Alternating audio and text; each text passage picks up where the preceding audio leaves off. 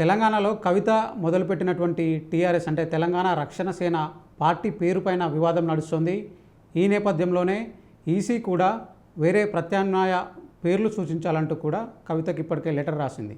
ఈ నేపథ్యంలో అసలు పార్టీల పేర్లకు సంబంధించి మన దగ్గర ఎలాంటి గైడ్లైన్స్ ఉన్నాయి, దీనిలో చట్టానికి సంబంధించి ఎలాంటి రూల్స్ అండ్ రెగ్యులేషన్స్ ఉన్నాయి, సో పార్టీల పేర్లకు సంబంధించి వివాదాలు నెలకొన్నప్పుడు జనరల్గా ఎలాంటి అంశాలు ముందుకు వచ్చేటువంటి అవకాశం ఉంటుంది తెలుసుకునేటువంటి ప్రయత్నం చేద్దాం. మనతో మాట్లాడాలనుకున్నారు హైకోర్టు అడ్వకేట్ బాలకృష్ణ గారు. ఒకసారి సార్తో మాట్లాడు. సార్, మనం చూసాం పార్టీకి సంబంధించి అంటే తెలంగాణ రక్షణ సేనకు సంబంధించి ఇప్పటికే వివాదం నడుస్తుంది. సో యాక్చువల్గా ఏంటి వివాదం ఏంటి? సో జనరల్గా పేర్లను నిర్ణయించేటప్పుడు అంటే పేర్లను ఇచ్చేటప్పుడు ఎలాంటి రూల్స్ అండ్ రెగ్యులేషన్స్ ఉంటాయి? రైట్. ముందుగా వ్యక్తులు రాజకీయ పార్టీలను పక్కన పెట్టేసి అసలు ఈ అంశానికి సంబంధించి రాజ్యాంగం చట్టం ఏం చెప్తుందో చూద్దాం. ఈ దేశంలోని ఏ పౌరులైనా సరే ఒక రాజకీయ పార్టీని ఏర్పాటు చేసుకునేటువంటి అవకాశం ఆర్టికల్ 19(1)(c)లో ఉంది, ఫ్రీడమ్ టు ఫార్మ్ అసోసియేషన్స్.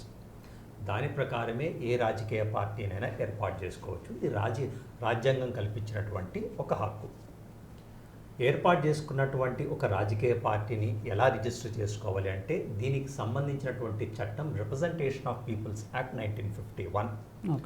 అందులోని సెక్షన్ 29A ప్రకారం ఒక పొలిటికల్ పార్టీని election commission of India register చేస్తుంది. అయితే 29A కేవలం ఒక పార్టీని ఎలా రిజిస్టర్ చేయాలి అనే దానికి మాత్రమే సంబంధించినటువంటి అంశం. ఆ పార్టీకి సంబంధించినటువంటి పేరులో ఏమన్నటువంటి వివాదం ఉంటే దానికి సంబంధించి చట్టంలో ఏ విధమైనటువంటి క్లారిటీ లేదు. అయితే ఆర్టికల్ 324 కింద ఎలక్షన్ కమిషన్కు ఉన్నటువంటి అపరిమిత అధికారాల నిమిత్తం ఎలక్షన్ కమిషన్ 2014లో చాయిస్ ఆఫ్ నేమ్స్ ఆర్డర్ అని చెప్పేసి ఒకటి తీసుకొచ్చింది. అయితే ఆ 2014 ఆర్డర్ ఏం చెప్తుందంటే మీరు ఒక రాజకీయ పార్టీని ఏర్పాటు చేసినప్పుడు దానికి పేరు పెట్టేటప్పుడు ఒక 3 ఇంపార్టెంట్ గైడ్లైన్స్ ఉన్నాయి. వీటినే పరిమితులుగా కూడా మనం పరిగణించవచ్చు. అంటే మీరు ఎంచుకున్నటువంటి పేరు దానికి ఏ విధమైనటువంటి రిలీజియస్ కన్నోటేషన్ ఉండకూడదు. నంబర్ 2, ఎగ్జిస్టింగ్ పొలిటికల్ పార్టీకి సిమిలర్గా ఉండకూడదు.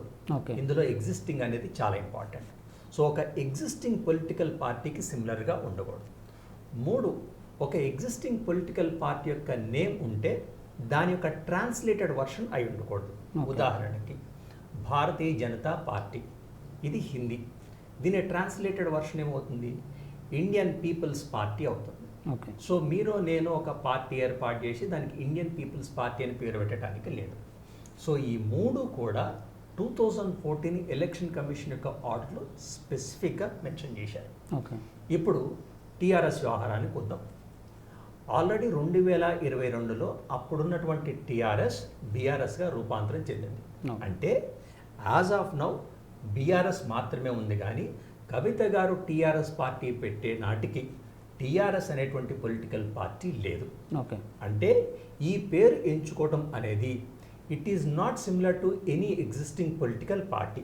ఎందుకంటే టీఆర్ఎస్ లేదు, కేవలం బీఆర్ఎస్ మాత్రమే ఉంది. అదే ఒకవేళ తెలంగాణ రాష్ట్ర సమితి అమల్లో ఉండి తెలంగాణ రక్షణ సేనగా ఈమె ఇంకొక పార్టీ ఏర్పాటు చేసి ఉన్నట్లయితే కనుక 2014 ఆర్డర్లోని 2వ క్రైటీరియా అట్రాక్ట్ అయ్యేది, దిస్ ఇస్ ప్రొహిబిటెడ్. కానీ ఇక్కడ పరిస్థితి వేరు. సో ఈ విధంగా చూసుకుంటే తెలంగాణ రక్షణ సేన అంటే టీఆర్ఎస్ ఏర్పాటు చేసుకునేటువంటి అవకాశం ఉంది. మరి ఇలాంటి సందర్భం అంతకుముందు ఏర్పడిందా అంటే ఎస్. మనకి 2018లో ఆప్కి అప్నీ పార్టీ అని చెప్పేసి ఢిల్లీలో ఒక పార్టీ వచ్చింది. ఢిల్లీలో ఆల్రెడీ మనకి ఆమ్ ఆద్మీ పార్టీ అని ఉంది. ఆమ్ ఆద్మీ పార్టీ కూడా ఆప్ అవుతుంది, ఆప్కి అప్నీ పార్టీ కూడా మనకి ఆప్ అవుతుంది.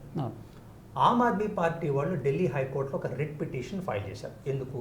ఎప్పుడైతే election commission Aam Aadmi party ఇచ్చినటువంటి రిప్రజెంటేషన్ని కన్సిడర్ చేయలేదో, ఆప్కి అప్నీ పార్టీని డీరిజిస్టర్ చేయలేదో, ఎలక్షన్ కమిషన్ నిర్ణయాన్ని ఛాలెంజ్ చేస్తూ ఆమ్ ఆద్మీ పార్టీ వాళ్ళు ఢిల్లీ హైకోర్టుకు వెళ్ళడం జరిగింది 2018లో. ఆ మ్యాటర్ ఇప్పటికీ పెండింగ్ ఉంది. Matter not at decided. ఎందుకు ఈ కేసు ఇంపార్టెంట్ అంటే ఈ దేశంలో టీఆర్ఎస్ సంబంధించిన అంశానికి సిమిలర్ ఇష్యూ ఏదన్నా ఉంది అంటే, ప్రెసిడెంట్ ఏమన్నా ఉంది అంటే కేవలం ఈ అంశం మాత్రమే. అందులో ఎలక్షన్ కమిషన్ ఆఫ్ ఇండియా వాళ్ళు తన అఫిడవిట్లో ఒక క్లారిఫికేషన్ ఇవ్వడం జరిగింది. మేము ఎప్పుడైనా సరే ఏ రాజకీయ పార్టీనైనా రిజిస్టర్ చేసేటప్పుడు యాక్రోనిమ్స్తో రిజిస్టర్ చెయ్యం, ఫుల్ నేమ్తో రిజిస్టర్ చేస్తాం. అంటే వాళ్ళు రిజిస్టర్ చేసేటప్పుడు ఆమ్ ఆద్మీ పార్టీ అని, ఆప్కి అప్నీ పార్టీ అని, భారతీయ రాష్ట్ర సమితి అని, తెలంగాణ రక్షణ సేన అని, తెలుగుదేశం పార్టీ అని, ఇండియన్ నేషనల్ కాంగ్రెస్ అని, భారతీయ జనతా పార్టీ అని ఇలా ఫుల్ నేమ్స్తో రిజిస్టర్ చేస్తాం, కానీ యాక్రోనిమ్స్తో రిజిస్టర్ చెయ్యం.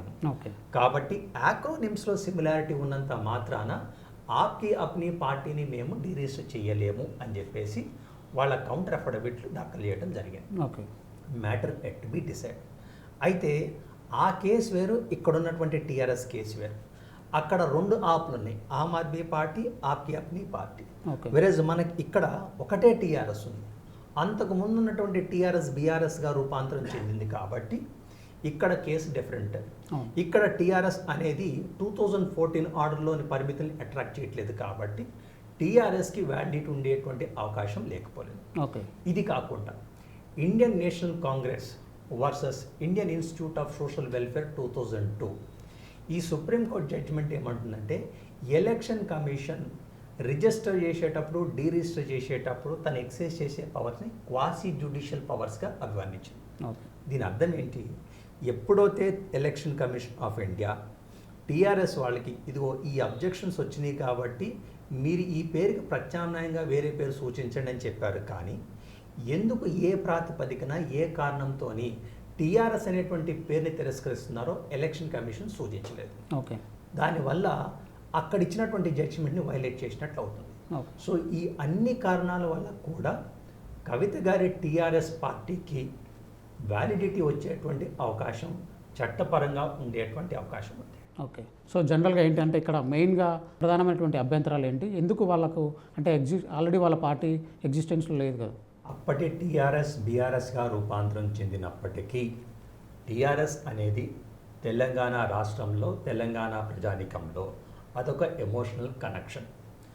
సో ఎప్పుడైతే తెలంగాణ రాష్ట్ర సేన ఏర్పడిందో చాలామంది ఇంకా కూడా దాన్ని మదర్ టీఆర్ఎస్గా, ఇనీషియల్ టీఆర్ఎస్గా భావించేటువంటి అవకాశం లేకపోలేదు.